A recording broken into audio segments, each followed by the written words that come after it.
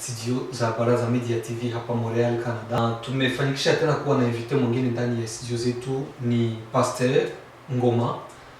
Pia ni activiste social na ni politicien. Atatuambia sasa yeye ni politicien mu parti gani. Na basi bila kukawia, acha tuache nafasi kwake kujitambulisha. Karibu Pasteur. Ndio, nashukuru sana. Naitwa kwa jina la Ngoma Francis. Ndio. Kweli mimi ni... Hii ni kamera yako Pasteur, ukitaka kuzungumza hapo ndio hapo. Mimi ni mhuduma wa kanisa, ni mchungaji. Ndio. Kama jinsi baba anatokea kusema. Ndio. Na kweli mimi ni activiste. Na ni mtu mwenye naipenda Kongo. Nchi yangu ninaipenda, yani kama gisi mwili na mfupa kumwili haupendaki kuumizwe. Ndio gisi mimi naipenda Kongo, niko mzalendo. Okay, asante sana. Basi asante kwanza kuitika mwaliko wetu. Amin. Tulikutumia invitation na ukakubali. Asante sana. Tumeambia watu mara mingi ya kwamba hii ni media ambayo tutakuwa napokea watu wengi. Haiko watu wa PPRD tu, haiko watu wa UDPS tu, watu wa maparti politiki zozote, iko parti politiki hapa Canada, iko ya kule kwa Afrika, nyote mnakaribishwa. Hii ni media, hapa tutakuwa tunazungumza mambo yanayoendelea kwa nchi zetu kule Afrika, pia hapa Canada. Pasteur, wewe ni mzaliwa wapi? Mimi ni mzaliwa wa mashariki mwa kidemokrasia ya Kongo, Sud Kivu, South Kivu. Okay. Kwa kweli wazazi wangu wametoka mzoni ya Fizi. Ndio. Na mimi nimesomea Uvira, nimemalizia hapo na ndio nyumbani. Ndio. Na naipenda Kongo. Asante sana. Kwa hiyo kwa kifupi wewe ni mzaliwa wa Fizi. Ndio. Okay. Wewe ni ressortissant wa Est ya Kongo. Est. Ouais. Asante. Na objectif ya kukuita Pasteur ni kuzungumza ya kwamba kuzungumza situation securitaire ambayo iko ku Est ya Kongo. Ndio. Na ni miaka 30, ça fait 30 sasa ku Est ya Kongo kuko vita ambayo source zake ama chimbuko la ile vita watu wengi wako nashindwa kuidefinir. Lakini kwa miaka ambayo uko nayo na gisi unatoka kutuambia wewe ni mzaliwa wa kule ku Est, unaweza kuwa labda uko na machache ya kutuambia kuhusu chimbuko la ile vita ya Kongo. Lakini kabla tuende kwa maswali yetu, nitaka kujua eske uko mfanya siasa au kwa parti politiki yote yenye iko kwa Kongo ama hapa Canada? Mimi apale kwa activiste social, najua. Ndio, mimi naipenda kwanza, nampenda rais katika chama cha UDPS ambao alikuja nacho ajili ya ukombozi wa miaka 30 ya wakongomani kuwa chini ya utawala wa Rwanda. Na kuja moja kwa moja kubomoa misingi ambao ilitengenezwa ya ukoloni. Rais wetu naona kwamba ni misionere. Kwa hiyo kifupi wewe ni mtu wa UDPS. Mtu wa UDPS. Tena pia ninaipenda tena CNPSC ya Kutumba. Naona kwamba yule kama mzalendo, wazalendo kwa ujumla. Lakini acha niseme kwanza CNPSC, wazalendo wote nawapenda. Okay. Kwa kifupi wewe ni mtu wa UDPS, pia ni mtu wa CNPSC ya chama cha General ya Kutumba. Ndio. Asante. Basi kwa kwenda kwa swali langu sasa, swali yangu ya kwanza ni kusema ya kwamba objective malengo ya kukuita ni kusema tuzungumzie situation ya vita ambayo iko ku Est ya Kongo. Ambako wewe umetokea kule pande za Fizi, Uvira na Goma, Bukavu kule kote kama tunajua kuna matatizo. Ndio. Alors Kongo iko na vita sasa ni miaka 13, ni 30, na ile vita watu wengi wako nashindwa kuidefinir. Matatizo ya ile vita imesababishwa na ni FDLR kama gisi President Kagame iko na anasema kila wakati akikuwa na sortie mediatique wakimuuliza kwa sababu ya wajeshi wake ambao wako kule Kongo, anasema hapana, yeye wanajeshi wake wako kule juu ya kudefendre. FDLR iko nataka kwenda kushambulia nchi yake ya Rwanda. Pia wengine watu wanasema hapana, ni matiere premiere za Kongo ndio zinasababisha ile vita kuwa kule ku Kongo. Watu wengine wanasema hapana, ni matatizo ya Watusi na Wakongomani kwa Watusi ambao wanaitwa Wanyamulenge, kwa sababu saizi kuna community ya Wafulero ambao wako nasema na wao Mulenge hapana, sio ya wale ambao wanaishi Mulenge, sio Wanyamulenge. Mulenge ni Wafulero. Hiyo ni topic nyingine labda tutazungumzia wakati nyingine. Hapa itazungumzwa. Ndio. Je, hizi point tatu na suggérer, est-ce que ni problème ya matière première, est-ce que ni problème ya FRDC, est-ce que ni problème ya Watusi? Nini matatizo ya chanzo cha vita ya Kongo ambayo imedure 30 ans? Ndio. Mimi nitajaribu kuzungumza kukurudisha nyuma kidogo. Ndiyo. Kupitia matatizo ya Kongo gisi ninavyoielewa mimi. Juu kila mtu anaweza kuielewa kivyake gisi anavyoielewa. Lakini matatizo ya Kongo najua wakati wa mwaka 1990 utawala wa Uganda, Museveni anakamata mamlaka kule. Wanyarwanda wote walitoka Burundi, wenye kuwa Tanzania, wenye kuwa Burundi, wenye kuwa Kongo walikwenda kupigana vita kwa kumsaidia ndugu yao ajili ya kupata uwezo wa madaraka. Okay. Rais Museveni wa Uganda. Rais Museveni wa Uganda. Ile nchi kakamatiwa na Museveni. Moja kwa moja hawakuikaa, wakaingia kuandaa vita. Museveni ajili ni Mganda wa original ya Rwanda. Okay. Ikazungumziwa kwamba Rwanda inamtawala Mhutu Habyarimana. Na Habyarimana anaonesha kwamba hataki kurudia kwetu sisi Wanyarwanda. Sasa ni lazima tumpige na kumtosha kumamlaka. Lakini wajamaa walikuwa na option B ambao walikuwa nayo. Option B yao walikuwa nayo ilikuwa ya kwenda kutosha mamlaka ya Rwanda. Kwa kweli wakajizatiti kabisa, na ndio maana nimekurudisha kunyuma. Wanyarwanda Afrika ya Kati wote walikwenda Uganda na wote wakaingia kupiga na kubandua mamlaka ya Rwanda. Ya rais gani? Ya rais Habyarimana. Habyarimana, okay. Baada ya kubandua mamlaka ya rais Habyarimana, wakaona ni vema sasa plan yao iwezekane.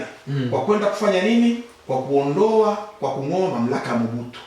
Kwa kweli walikuwa decisive wa bwana ajili ya kufanya nini? Kutengeneza empire hima. Burundi palikuwa Buyoya.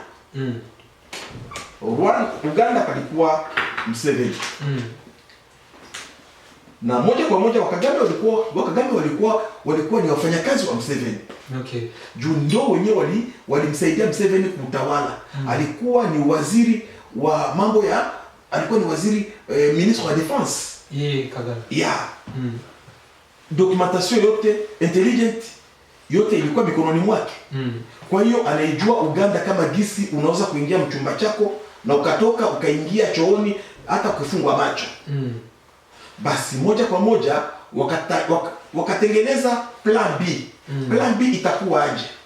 Plan B itakuwa ya kumtosha Mobutu ili nchi zetu ambao ni ndogo tuweze kuipata. Hiyo plan wakapatia wazungu. Okay. Wazungu wakakamata ile plan wakatia kumeza, wakaona kwamba mashariki mwa Kongo inajaa na utajiri. Laiti Mobutu alihukumu Kongo, hakufanya kitu, alijitosha kutumikia wazungu, akasahau kama uchumi wa nchi yake ina uchumi na ni nini atumike ajili ya kutengeneza uchumi wake na kufungua Wakongomani macho. Wazairwa asitepoke. Donc Mobutu akaikaa pale wakamudistraire. Sasa wenyewe walikuwa na ile vision yao ya kukata Kongo kama gisi leo tunaona Sudan du Sud. Waliresire juu palikuwa Mwarabu kunoro na kuside mweusi. Bwana Tomasi, naweza nikakwambia kwamba mzungu kila siku anakuaga anaprofite familia zenye zinakufa kisaikolojia, na hizo ndio zenye anatengenezaga mawazo yake ili zikubali upumbavu na zianguke mu moto, yeye achomoe madini.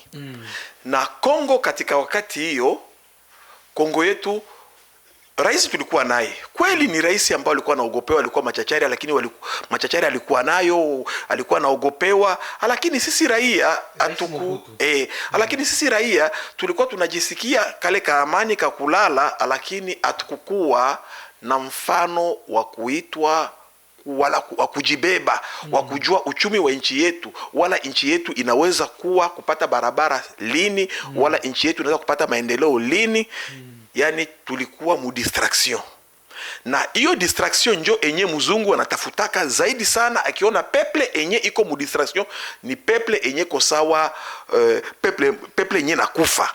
Yani wanatembea ni watu peple, lakini haijitambui. Sasa tizama gisi wazungu hiyo plan yabo ilikuwa ni plan ma découpage ya découper Afrique, ajili sako bata découper Afrique, batapata gisi gani ya kuinani tena kuimiliki. Somali walikata mara 3. Walikata 1991 walikata Somali kipande cha Noro.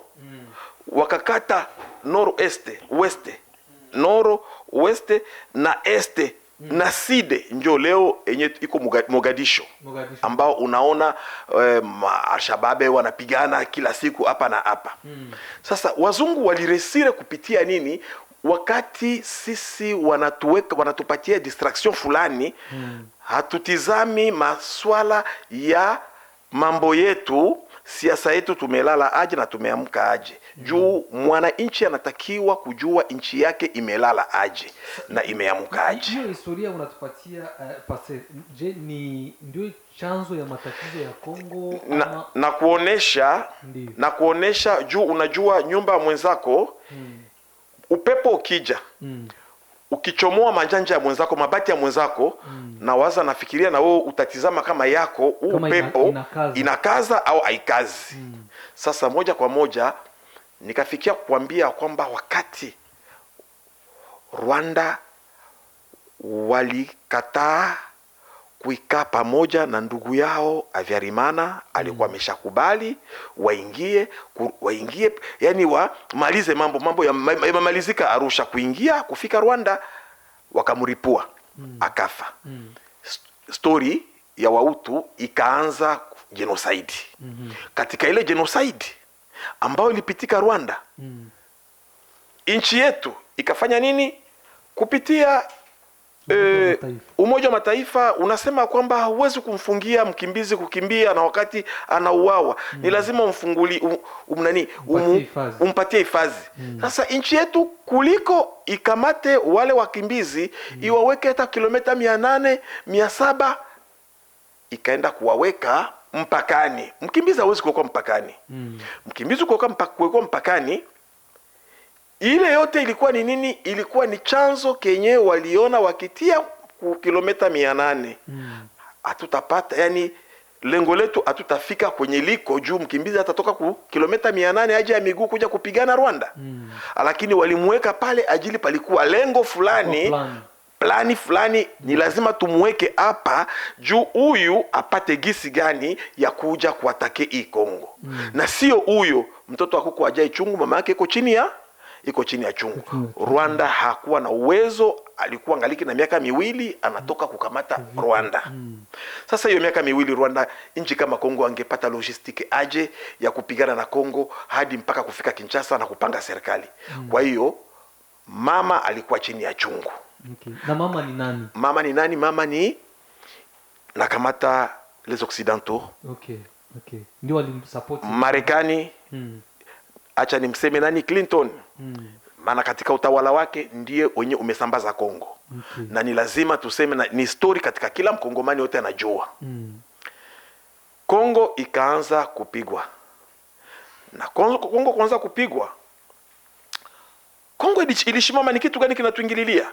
Walitumikisha kwanza nini? Wakaona tuwezi kuja hivi tuingie Kongo, ni lazima tukamate kabila fulani ambao walikuja kama wakimbizi. Wale tukiwakamata wale, moja kwa moja Mobutu alikuwa ameisha wanyanganya uraia. Mobutu aliwanyanganya uraia ambao ni leswandiza wa Nyamulenge. Sio mimi, Mobutu aliwanyanganya. mwaka 1996 Mobutu alinyang'anya uraia. Na wote wakakuwa wanaitwa Wanyarwanda. Mobutu aliwarekonetre kama Wanyarwanda mu governance yake. Aliwarekonetre kama Wanyarwanda. Wakaingia Rwanda. Walipokuwa Rwanda, walianzia Uganda, Rwanda, wakakuja na vita vinaitwa nini, vikapangwa sura la guerre de Banyamulenge. Wakongomani wakajiamia, lakini walijiami na hawana kitu. Unajua kama mkongomani akuwa najiandaa atapigana hata siku moja, wala hakuna siku enye amelala mkongomani na kujua kwamba atamwaga damu. Mkongomani sio asili ya mwaga damu. Basi vita hivyo vikaenda hadi mpaka Kinshasa vikafika. Kabila kufika Lubumbashi, Kabila kajoto proklame kuwa raisi. Ambao alikuwa porte parole waneni wa AFDL. Kongo pale ilipo, justa kwenye Kabila likamata Kinshasa, moja kwa moja inchi ilibadilishwa kutoka Muzaire ikaingia Mukongo. Ilikuwa katika madaraka ya uwezo wa Rwanda. Ni Rwanda ndio mwenye alikuwa na kontro kuanzia mwanzo hadi mpaka mwisho, hadi mpaka James Kabarebe akageuka kuwa mkongomani. Juu uwezi kuwa amiri jeshi, chef d'état major general wa nchi kama hauko mwananchi. Kwa hiyo muda tumuweke James Kabarebe naye alikuwa Mnyamulenge naye au hiyo ni swali ambao watu wataandika. Juu njo alikuwa chef d'état major general wakati Kabila aliingia Kinshasa. Sawa, Kabila akaona kwamba nchi ni kama imeenda. Kabila kafanya muamuko, akalance appel kuraia wa Kongomani, amkeni, hii ni nchi yenu. Na hawa wanarudi kwao. Wazarasi Rubero wote wakarudi wapi? Wakarudi Rwanda. Baada Kabila akasema kwamba mimi nimefukuza Wanyarwanda, bado sijafukuza Rubero, maana wewe unasema uko Mkongomani. Sijakufukuza Moizi Nyarugabo, unasema uko Mkongomani. Sasa vipi itakuwaje wewe utoke tena urudie kwenu? Nyarugabo akasema kwamba yeye anarudi kwao. Wakarudi. RCD Goma ikakamata Goma, ikakamata Kisangani, ikaokipe ile nafasi yote. Wakashughulika na wale wanaitwa wa FDLR. Walipigana nao, walimalizana, waliwatengeneza gisi silaha gisi Mungu alivyowapatia kutoka Uganda hadi mpaka Kongo. Kwa kweli waliimarika. Basi miaka 30 yetu tumeikaa katika hali ya utawala wa Rwanda.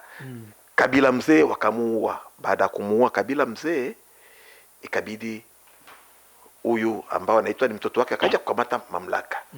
Sasa huyo sasa ndio alikuja kumlengo wa Rwanda 100%. Joseph Kabila atuka ule alikuja, hakuna kenye alifanya cha kikongomani, bali Kongo ilikuwa mutawala 100%. Yani ili wewe kwanza uombe kuwa rais, kuwa waziri, wala uombe kuwa mtu fulani, ni lazima upitie Rwanda. Recommendation ya Rwanda ndio itakufanya wewe kuwa waziri. Lakini baadhi ya wakongomani wanasema ya kwamba Rais Kabila ndio mwenye alikuja kumaliza matatizo ya vita na imemaliza kwa kalamu kwa vita. Alimaliza kwa kalamu aje? Unajua kwa ile wakati ulikuwa wale ma vice president wa 4 pamoja na ndio walikuwa 5, wakina Bemba, Azarias Rubero na wengine, lakini yeye akasema ya kwamba no, tuache vita, tukuje pamoja tutengeneze nchi. Na baadhi ya wakongomani wanasema kamaliza vita kwa biki. Sawa. Kwa kalamu. Sawa. Kabila kama alisema kwamba tuache vita, jeshi la Rwanda yeye jeshi la Rwanda serikali ya Rwanda inamkamata kama gavana. Joseph Kabila.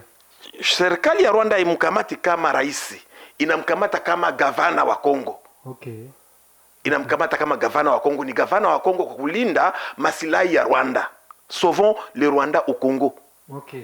Lakini wakongomani wanajua kama alikuwa rais wao, na kwa historia ya nchi ya Kongo inajulikana kama Joseph Kabila alikuwa rais wa 4 wa Kongo. Ni lazima ijulikane hivyo. Si unaweza mwanamke anaweza kukuoa bwana. Mwanamke anaweza kukuoa na akawa na uwezo wote, na mnyumba ukampigia magoti na akakutoa nje na ukaenda fasi fulani, watu wakakuona huko mwanaume, lakini kuingia mnyumba wewe ni mwanamke, yani ni mwanamke wale ni mfanyakazi wake. Na kwa hiyo kuitwa rais kwa kuwa mfanyakazi wa mtu, kwa kuwa mfanyakazi wa kibabe kama Kagame, sio kitu cha kushangaza. Rais Kabila alikuwa anatumika kwa masilahi ya nani? Ya Kagame. Alikuwa anatumika kwa masilahi ya nchi, masilahi ya Rwanda. Hii naisema live. Rais Kabila, gisi ulivyo hapo, hakuna kitu kenye ulikuwa unaenda kinyumi na Kagame. Juu ninakwenda kwanza kuzungumza jeshi la Kongo wakati ya vita vilivyokuwa vya nani, vya Laurent Kunda, RCD Goma. RCD Goma iliingia, ndio enye iliingia ilienda Kinshasa. Ikaenda kufanya mfumo baada ya AFDL kwenda Kinshasa, wakafukuzwa. Baada ya kufukuzwa wakaenda kufika Rwanda, wakarudi Goma ikakamatwa. Kisangani ikakamatwa. Mabeni kote, Bunya nini zote zikaanguka. Mpaka Ekwatere Bemba akakuwa kule. Sasa wale wote Bemba alikuwa kungambo ya Uganda. Huyu alikuwa naomba support yake ilikuwa ni Uganda. RCD Goma support yao ilikuwa ni nini? Rwanda. Ni Rwanda. Sasa wote wale walikuwa wanatekwa nyara ajili ya nini? Walikuwa wanatekwa nyara na nani? Na Rwanda na Uganda. Na ndio gisi hao wawili hao walikuwa wanagawa mali yao.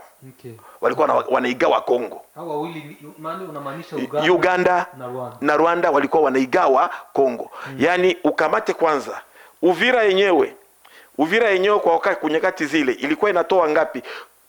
Kumwezi Uvira ilikuwa inatoa $300,000 kumwezi. Zilikuwa zinakwenda wapi? Rwanda. Bukavu ilikuwa inatoa ngapi? Ilikuwa inatoa $18,000,000. Ilikuwa kumwezi, kila mwezi ilikuwa zinaenda wapi? Yaani Sud Kivu yote en sigle. $18,000,000 zilikuwa zinakwenda Rwanda. Hizo information ulikuwa unazipata namna gani kase? Ama juu wewe ni mfanya siasa na huko mimi nilikuwa naingia ndani na siku utakuwa na nitakuletea. Nord Kivu ilikuwa inatoa pesa ngapi? Ilikuwa inatosha pesa nyingi zaidi sana. Kisangani kuanzia duane ya Kasindi. Duane ya Kasindi ya kuingia Uganda.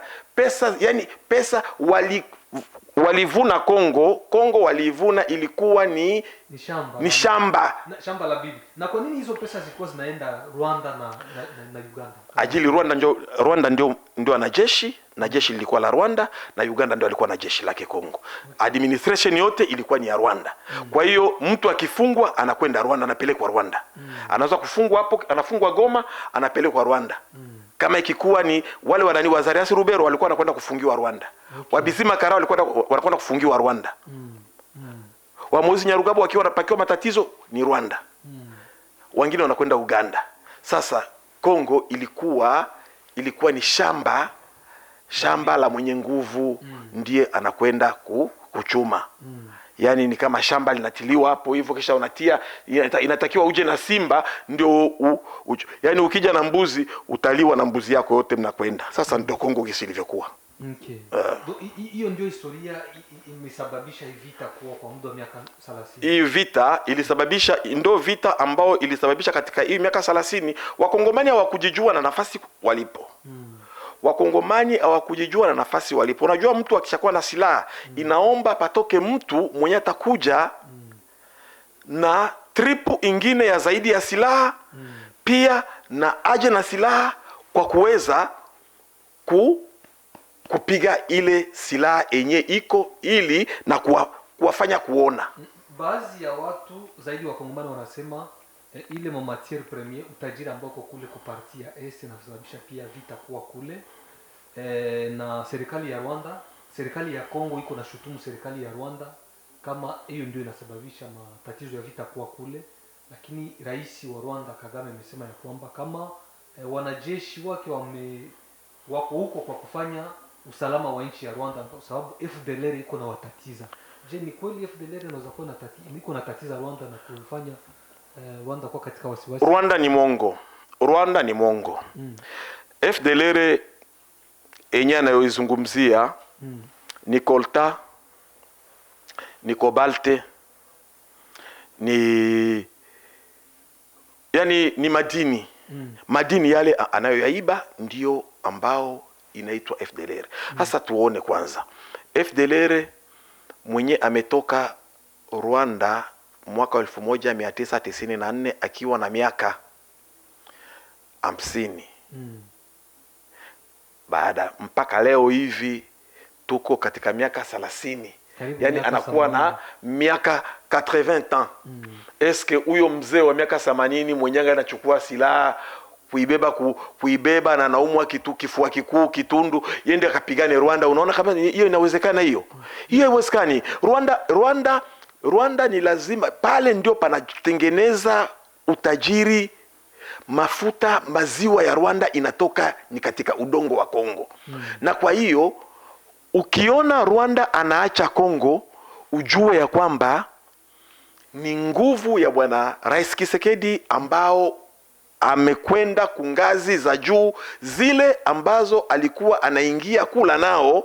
Ndio aliwakubalia, jameni, nyie ni ajili ya nini nyie mnapita nyuma ya nyumba na wakati mimi nimefungua mlango wazi? Nimefungua mlango wazi, hamna budi ya kupita nyuma ya nyumba ili mje mchukue. Njooni hapa, tuikae hapa, chukueni madini na mimi barabara kilalo fulani mnijengee, basi nakwisha. Sasa Tshisekedi ameeleweka, alikonvince vichwa ngazi za juu, na baada ya kuzikonvince, na ndiye maana Kagame kwa leo wanaanza kumbomoa meno kinywani. Hamna FDLR enyeko pale, ni walimaji. Utakwenda kukuta watu wanalima, watu wazee wa miaka 90, wazee wa miaka 80. Kwanza mzeko miaka 80 iko miguu wazi, hana iko na mpanga, ndio nani Rwanda. Mbona silaha bado hatujaingia Rwanda? Sisi wa Kongo tuko tunapigana, hatujaingia Rwanda. Sasa FDLR ana silaha namna gani yenyewe tatingiza Rwanda? Si ni uongo mtupu.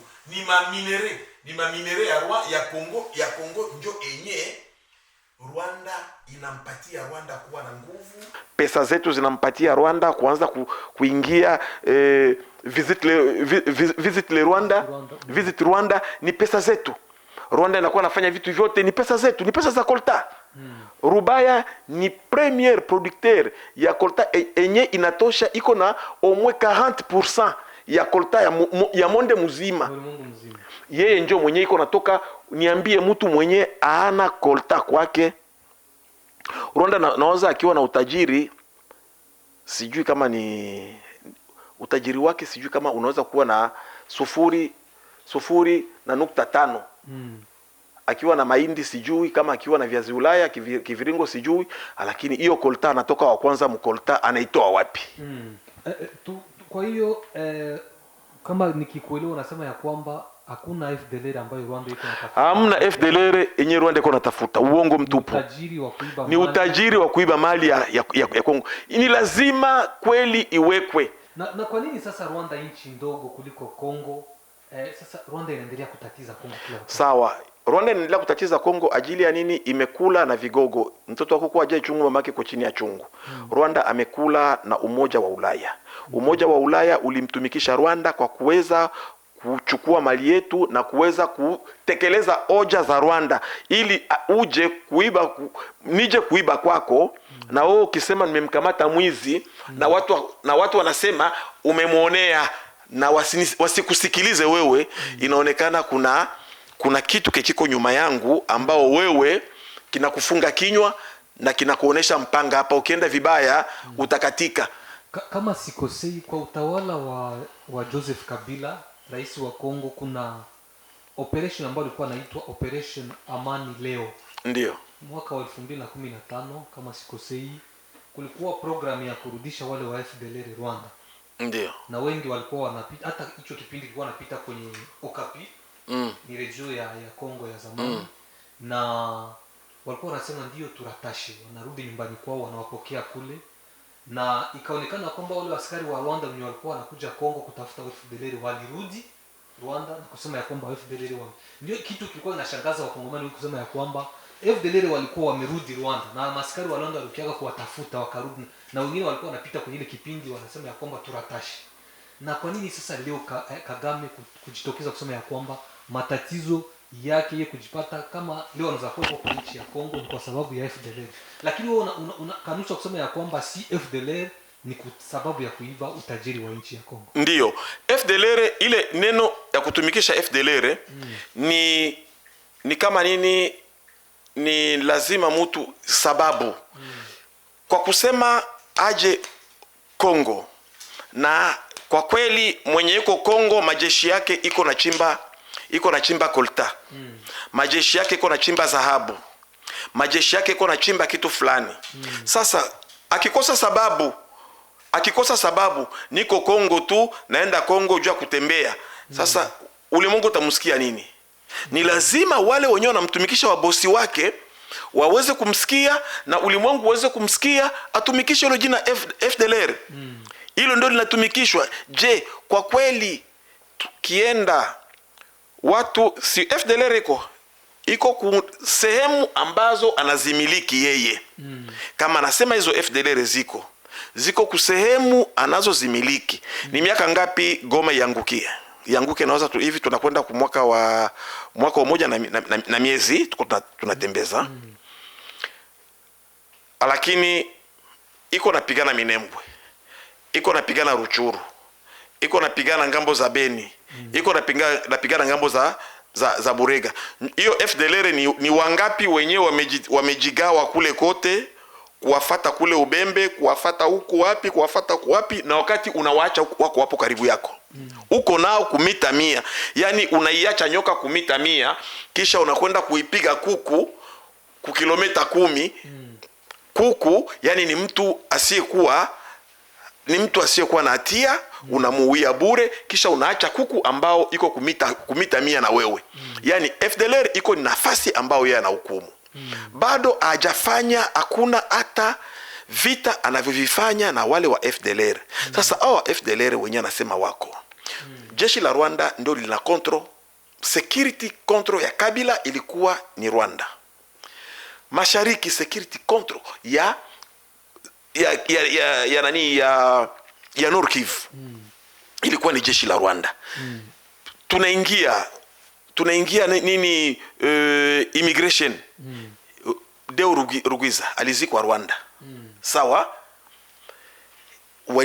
Wenyewe ndio walikuwa wanakamata kwa mikono. Sasa hiyo control, hiyo wakati wewe una control inchi na kijeshi, wewe ndio mwenyewe ulikuwa. Kabila hatafanya kitu bila wewe. Ni mtu wako mwenyewe unamcontrol. Na leo hivi Kabila yuko wapi? Kabila leo yuko wapi? Kabila yuko Rwanda. Joseph Kabila yuko Rwanda kwao kwenye alitokea. Hayuko Kongo, yuko Rwanda. Tuende kwa swali ya pili. Pasere, tunasikia jinsi unatoka kutuambia historia kidogo ya vita ya miaka 30 ya Kongo. Na hapa nyuma wewe ni mzaliwa wa Fizi kama ulivyojitambulisha. Nimeona sortie mediatique ya jemadari General Amuri ya Kotumba akisema ya kwamba wao wamejitoa mwanga kupigania udongo wa mababu zao.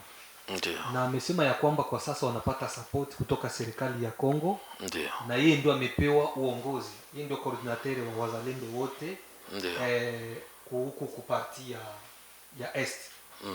Na kusema ukweli, tangu alipopewa hiyo madaraka ama hiyo mamlaka, ile masasi kupigwa ovyo ovyo na wazalendo imekuwa kama imepungua. Hata wizi, baadhi ya wazalendo wale wachache, wizi imekuwa kama imepungua. Ndiyo. Je, unafikiri ya kwamba ana stahili nafasi ambayo amepewa?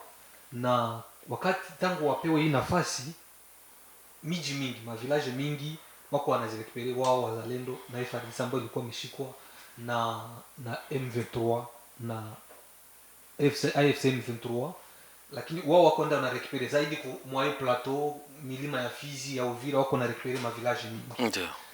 Est-ce unafikiri ya kwamba General Amuri ya Kutumba hii nafasi wamempea kuna tena anafanyia kazi vizuri? Ndio, kwanza Losako na bimisi Losako na ngapo na wazalendo nyoso batunda na Kongo ya Este. Losako pona bino nyoso kaka bongo Nzambe apambula bino akuma mesika zali esika vanda kana kibonzambe na ye. Mungu aweze kuwabariki wazalendo wote pale mulipo. Mungu aweze kuwapatia nguvu. Wazalendo wote na wapenda, mko ndani ya roho yangu 100% ajili udongo na wababu zenu na wababa zenu. Bwana unasema juu ya jamadari ya Kutumba, wale wazalendo kwa ujumla walikamata silaha juu walikuwa na vision, walikuwa na maono. Walikuwa wanabeba maono mikononi. baada ya Rwanda kuagrese Kongo depuis mwaka wa 1996, walisema kwamba hii inchi hii haiko ya Wakongomani, inchi imegeuzwa ni ya Rwanda. Juu lengo la Rwanda na kurudisha nyuma pale kwenye alisema kwamba yeye unajua wakati Kongo Kabila ulisema Kabila alikamata Kongo na kurudisha nyuma kidogo, mwaka wa 2021 na wazia 2000 wakati walienda Gaborone wakapewa ile katiba. Katika katiba ya Kongo haikuandikwa na Wakongomani. Katiba iliandikwa na wale wanyangao wazungu ambao wanatumikisha Kagame kwa kugawa nchi ya Kongo. Unanisikia? Wanatia katiba ya 217. Kwa hiyo Kongo ina mamlaka ya kukata kipande cha nchi na kuweza kukipatia nchi mwenzake. Sasa ile nawapatia mamlaka Rwanda, Uganda, hata Burundi ya Buyoya ilikuwa ni hivyo. Sawa, ilikuwa nawapatia mamlaka ya wenyewe kuja kukamata nchi. Sasa kujigawia juu kwa wenyewe kugawa nchi ilikuwa ni right, ajili katiba yetu inawapatia mamlaka. Hata Sarkozy wakati alifika Kongo alisema, alimwambia Kabila nini, mna nchi kubwa inatakiwa mugabulane madini mali na wenzenu. Yani ni kitu kenye kilikuwa kumpango. Sarkozy mwenyewe alikisema Kinshasa wakati anafika Kinshasa. Sasa kupitia hapo, ndugu mtangazaji, waliona ya kwamba hii nchi gisi katiba ya nchi inapana mamlaka kuizi nchi ambazo zina hukumu huyu ndugu Joseph Kabila mwa hii nchi. Shida yao ni kugawa. Na ili wagawe ni lazima kwanza waanze kujizatiti kwanza. Mlenge ni udongo wa Fulero. Minembwe ni udongo wa Wabembe. Sawa, Mwami Kitongo ndio mwenye udongo wake. Yakotumba kasema kwamba nilipoitwa Kinshasa na Rais Kabila napelekewa kule. Kabila ameniuliza jua nini nyinyi Wabembe mpendake kuishi na wenzenu na ndugu zenu pamoja? Akasirika. Akamwambia, bwana, mimi fasi zote vita vimekwisha, lakini ni Ubembe wami hawana mamlaka ya udongo wao, na Uvira wami hawana mamlaka na udongo wao. Yakutumba anamwambia rais. Josefu akala hasira. Kavimba na hasira nyingi, akamtia nje. Kumtia nje hadi mpaka gisi Mungu alisaidia wakamrudisha huku, akaja kuikaa porini akapigana. Jenerali Yakutunda. Baada ya kupigana jamadari kupigana, akaendelea na vita kupigana, akaona hapa hakuna lolote lenye litatuma watu wajigomboe, acha tukufe tu juu ya inchi. Juu kufa kwetu kutazaa chipukizi zenye zitajua haki ya komba yetu. Basi akapigana moja kwa moja. Baada ya kupigana, kwanza alitengenezwa kwanza ni nani? Ni mtu wa ukabila. Unapotetea haki yako kwanza, wewe kwanza moja kwa moja ujue kwamba umetengeneza vita vya kiukabila. Wale ambao wamepewa mamlaka ya kukugandamiza wanakuita wewe force negative. Na maforce negative ikakuwa mingi kuanzia Nord Kivu, kuanzia Sud Kivu. Wakati Kisekedi visionnaire, mbeba maono, donc ni éveil patriotique. Kisekedi Moïse di Congo, Josué mwenye iko naenda kuprepare kufikisha batoto ba Kongomani muinchi ya ahadi. Hizo ni makalifikasyon kwa unampatia. Baba, hapana. Mwacha Mungu akunani. Mungu akupe akuongezee unataka kwanza kupatia longevity kwanza. Mimi nakubariki kabisa. Mungu akuongezee miaka. Na miaka yako aitengeneze kuwa mingi kabisa. Ukue, jina lako liendelee kukua. Unamerite Kisekedi. Hatukujua kama tunaweza kupata Mkongo, tunaweza kupata mtu kama wewe. Lakini Mungu anatoshaga umoya, anapandishaka umoya, kisha anamtafutia na wale wenye wanampenda, ndio watu kama sisi au Wayakotumba, wazalendo ansigle. Wakaelewa, Kisekedi akaelewa vision, kumbe hapa ba tipe hii kope wako napigana, ilikuwa inaonekana kumbe haikuwa, ilikuwa ni juu ya nani, ya haki. Akaelewa. Et c'est pour cela ulisikia Kisekedi wakati balisemaga Minembwe iko zone, Minembwe nataka kuwa zone, Kisekedi akaarete ile arete, akaiarete. Unanisikia? Ikavunjwa. Juu balikuwa wanataka kuideklare. Na pale ndio njia. Sasa Kisekedi aliingia ana jeshi. Alikuta jeshi ya changa ya Waganda. Wote wako mle Warundi. Wote wako mle wanani Wanyarwanda. Mapete hapa, yani mtu anatoka kule iko sergeant kiingia Mkongo, wewe ngoya tu saa ya tutachanga kijeshi, utakuwa major, utakuwa colonel, utakuwa general. Unakutana ile ni nini? Ni kuua kwanza, ni kuua ideolojia ya kijeshi na kuua kijeshi na kukifanya kiwe kijeshi kimoja mafuse.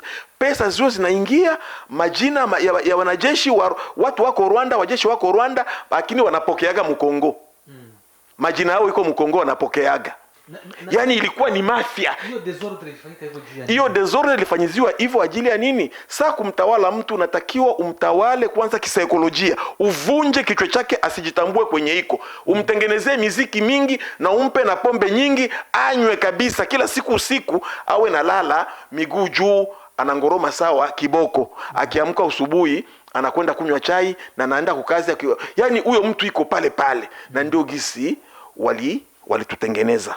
Juu waliona ndani yetu mko upumbavu mno, ndani yetu mko distraction mingi, ndani yetu ukiuliza mtu dioni bisangani ni kaka bongo makambo ya Kongo kabongo ngana sina na bwaka yango kala maneno ya Kongo minishaka itupa siju. Yani mtu hajui na nafasi yake, heritage yake hajui. Akikufa leo batoke batabakia wapi? Et alors nao wakaprofita mwele desordre yetu. Kisema nasema Kongomani ukimpatia ukimpatia pombe na banamuke, basi anaikala hapo hivyo na nakupatia chote unataka wewe unakamata. Et alors balitu étudier. Wewe uko mu distraction, uko kupiste unacheza, yeye iko na kunywa maji, hakunywi pombe. Iko na kuetidie. Na iko na kununulia pombe. Iko na kununulia pombe na nakupatia na zingine, anakupatia na ingine $100 utajinunulia, utajiongeza ukifika kwako. Wewe unaona kama aoni kama msutu iko na kutengeneza kwa bete. Yani na hiyo njo enye balicheza na sisi. Sasa merci Kisekedi kwa kuleta wenjo president numero 1 wa Wazalendo. Maua unastahili una merite. Nilisikia pia kwa sorti mediatiki tena ya General Amuri Yakutumba. Anasema ya kwamba ni kweli alitoka kule Kinshasa. Akasema ya kwamba kuko makoro zilifanyika kule Sun City. Anasema ya kwamba ile parti ya Est ikuwe contrôlée pendant 8 ans. Sijui kama hiyo. Ndio nilisikia hivyo. Na yeye akasema ya kwamba antake patriote mzalendo hawezi kubali ile ifanyike. Na leo hii unafikiria kwamba Fachi amemsupport na kusema ya kwamba wakolabore na FARDC kwa sababu ya ile uzalendo ambao wameonyeshaga wa kutokusaidia ile parti ya Est ikuwe contrôlée pendant 8 ans. Oui, unaona, nafikiria nikurudisha nyuma kidogo mtangazaji. Unaona hapa kwenye balienda ku makonvention ya Doha. M23. AFC M23 ilikuwa inaomba bawapatie miaka 8 mashariki mwa kidemokrasia ya Kongo. Waidirije vitu vyote na jeshi yao na polisi yao na vitu vyote. Kongo isiwaingililie. Yani njo balkanization hiyo. Balikuwa banaenda, biko banaenda, utakubaliana na mimi kama hawa watu awaji ajili ya ukombozi, wanakuja ajili ya balkanization, na wakuacha ile system ya balkanization waliifanyizia Doha. Sasa wapi ulishasikia nchi inaingia vita kisha rebellion inaomba mutuachie miaka 8? Miaka 8 ufanye nini? Miaka 8 ya nini? kwako mnyumba mwenzako. Ukisema miaka 8 rebellion ni AFC M23 ndio inamaanisha AFC M23 ikiwa baba yao Rwanda. Yani wale AFC M23 ni kama nini? Wale ni kama Rwanda ilishagaweka wakongomani wapumbavu baadhi certaines donc na certains congolais certains congolais donc bana vivre mu ivrognerie. Akitoka hapa banamuita Rwanda, banampatia mwanamke, banampatia pombe, banampatia na banamuingizia mkonte, banamfungulia konte Kigali, banamtilia mo $20,000 juu anaikala pale moja kwa moja, atawapatia signatire zote za anataka na atasema njoko uko na batu kama bananga donc certaines donc ce type là Nanga iko politicien, ce monsieur là Bertrand Bisimwa tumbulisha nenepa sio kama diabete tamutobola mpaka na tumbu machafu inakuwa sio kitunga. Donc Nanga banamfanya sio pumbafu moya. Nanga iko politicien. Nanga alikimbia jua nini? Ye mwenyewe alisema kuna nani aliprone, alikuwa juste. Mimi Nanga kama nilikimbia juu ya manani ya carrière d'oro zangu zenye balibeba na njoo maana mimi nilikimbia. Cela veut dire que kumbe Kongo leo Kisekedi akisema kwamba amuite ulikuwa na carrière d'oro ngapi? Nilikuwa na 3 nakupatia 8. Atarudia. Est-ce que ni politicien huyo? Huyo sio politicien huyo. Bale ni ba médiocre. Ce sont les médiocres. Rwanda inatengenezaka. Haikuanza leo kubatengeneza. Bazaidi Ngoma, Onavisa, ils sont beaucoup. Ce sont les médiocres. Benye Rwanda inatengenezaka. Na yashindwa kutengeneza batu kama bale. Merci beaucoup parce que Kisekedi alikomprendre guerre ya Banyamule ya Banani, alikomprendre guerre ya Banani ya Bazalendo na akasema kwamba kumbe tutaambarke pamoja kupitia gisi mweye munaona mulikuwa na mwangaza, mulikuwa na mwamuko, mulikuwa na éveil patriotique enye muliona hivi bitu biko mbele ya kutumba. En tout cas, merci beaucoup Komanda Losako Esika Ozali. Mungu akubariki. Tuendelee unasema ya kwamba M23 si mouvement sema ya kwenda malikote ni na si wa politiciens. Pas les politiciens bale. Ce sont les médiocres fabriqués. On a fabriqué certains médiocres seulement na banawapatia ateme. Wende useme tu pale. Lakini yenyewe inadirige ni Rwanda. C'est comme gisi RCD Goma. RCD Goma ilikuwa ni nini? Mwenye alikuwa premier secrétaire wa Rwanda, premier secrétaire wa parti ya RPF. Ndio mwenye alikuwa anadirige nani? RCD Goma. Kama ile condition yenye AFC M23 inatoa na ya kusema kwamba wapewe wita ya kudirige kule kama Kongo haitiki. Haoni kama vita haitiki. Hapana kama Kongo haitiki. Kongo haitakaitikaka na haitaitika na Goma na jua katika mwezi huyu au mwezi unakuja. Goma itakuwa libérée. Qu'il plaît qu'il neige, advienne que pourra.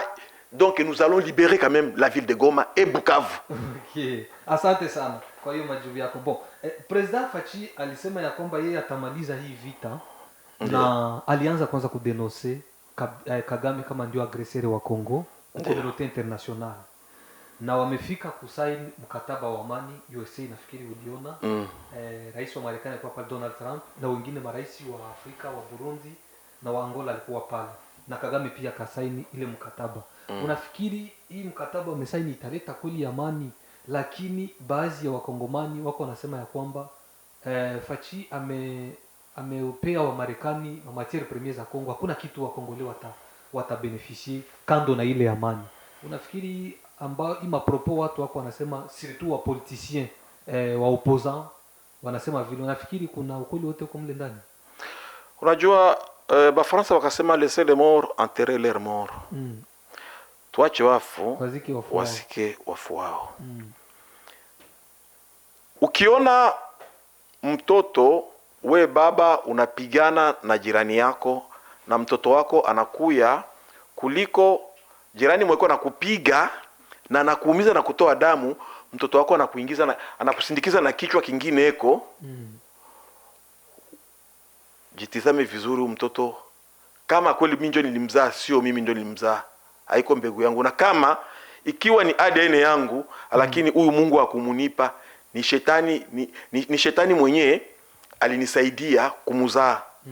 Ya kwamba ukiona inchi inaingia muvita kama gisi tuko hapa hivi, bakongomani sie benyo tuko tunadetruire inchi yetu, ni afadhali kumuacha kwanza, kumkamata Mnyarwanda soda wa Rwanda kumuacha, lakini ukikamata soda wa Kongo, huyo unaweza kumpiga hata fimbo 200.